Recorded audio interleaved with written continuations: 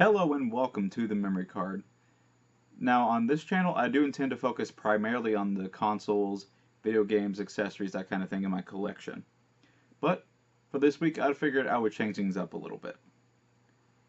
Now like most YouTube channels, I was inspired by other channels and videos to start making my own.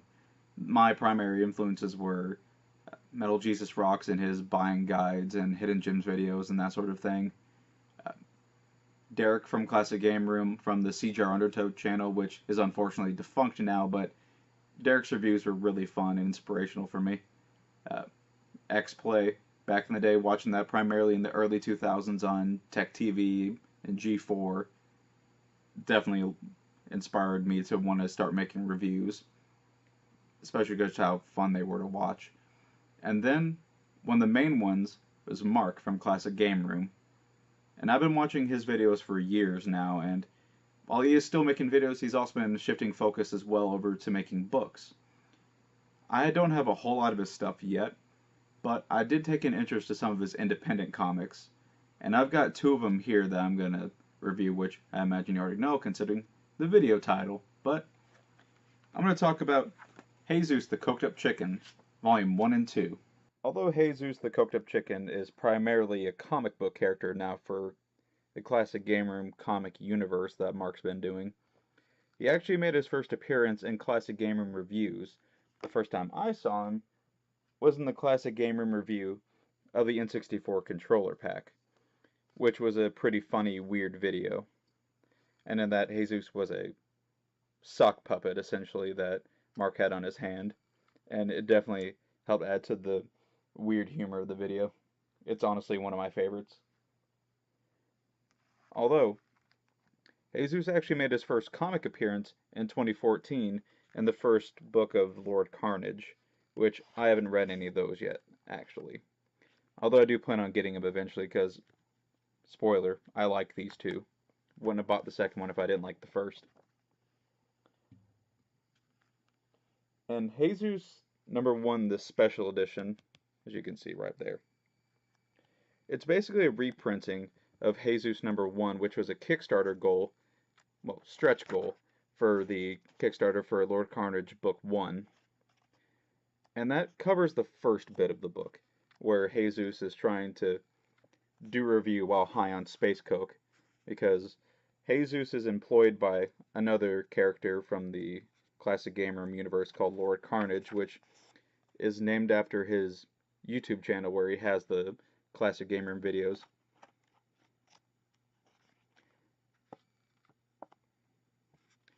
And in each of the Jesus books, he's reviewing a parody of a popular game. Like in the first one here, as you might be able to tell based off of that familiar red cap and the name, it's a parody of the Mario games.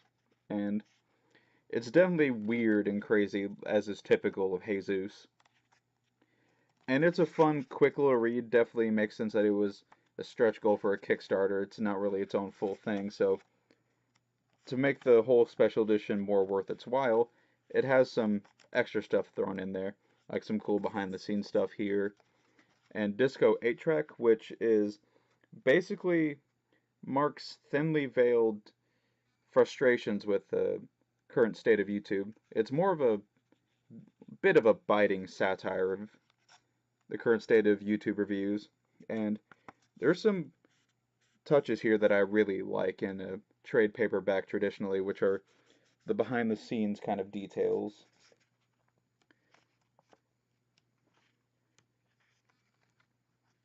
And with Disco 8-track and the final bits here,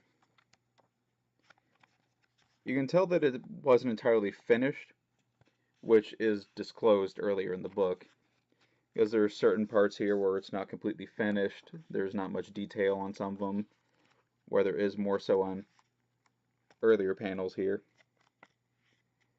Although it's cool being able to see a bit of the creative process with some more details that I really like that's traditionally put in big hardback releases of graphic novels and comics, are the little sketches. They're usually some of my favorite parts of these kind of releases.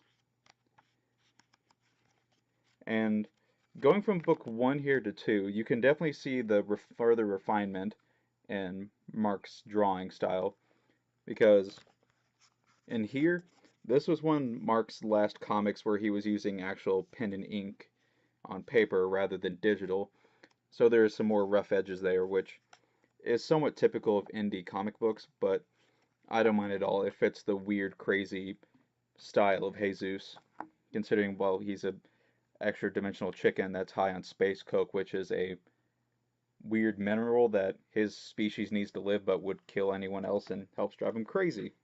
Hence the constant weird eyes. Now, as you might be able to tell from the cover of Book 2, Heyzoos is reviewing a parody of the Sonic games, which, if you watch any classic game room, you know that Mark is a huge Sega fan.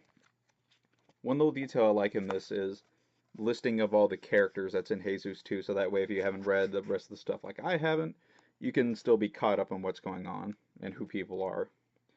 And with here you can see more of the refinement in Heyzoos' shape and just the art in general being more consistent, which is cool. I'm not going to show too much of this because, well, I don't want to just give away the entire thing. But rest assured, I do recommend this. It's definitely a fun read. And again, like in book 1, there's some cool sketches and little fun doodles at the end that just help add more personality to the package and just make it a bit more fun. Something that I noticed that, I guess just because it's an indie thing, there's not a title on the spine like there usually are in books and comics. Art actually just continues onto the back, like with little Heyzoos on the back there, and with him just poking on overhead over here.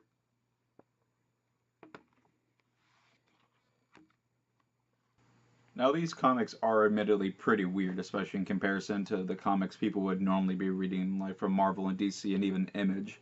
But indie comics are definitely very interesting, and I would definitely say that if you're a fan of classic Game Room, it's pretty easy to recommend these comics.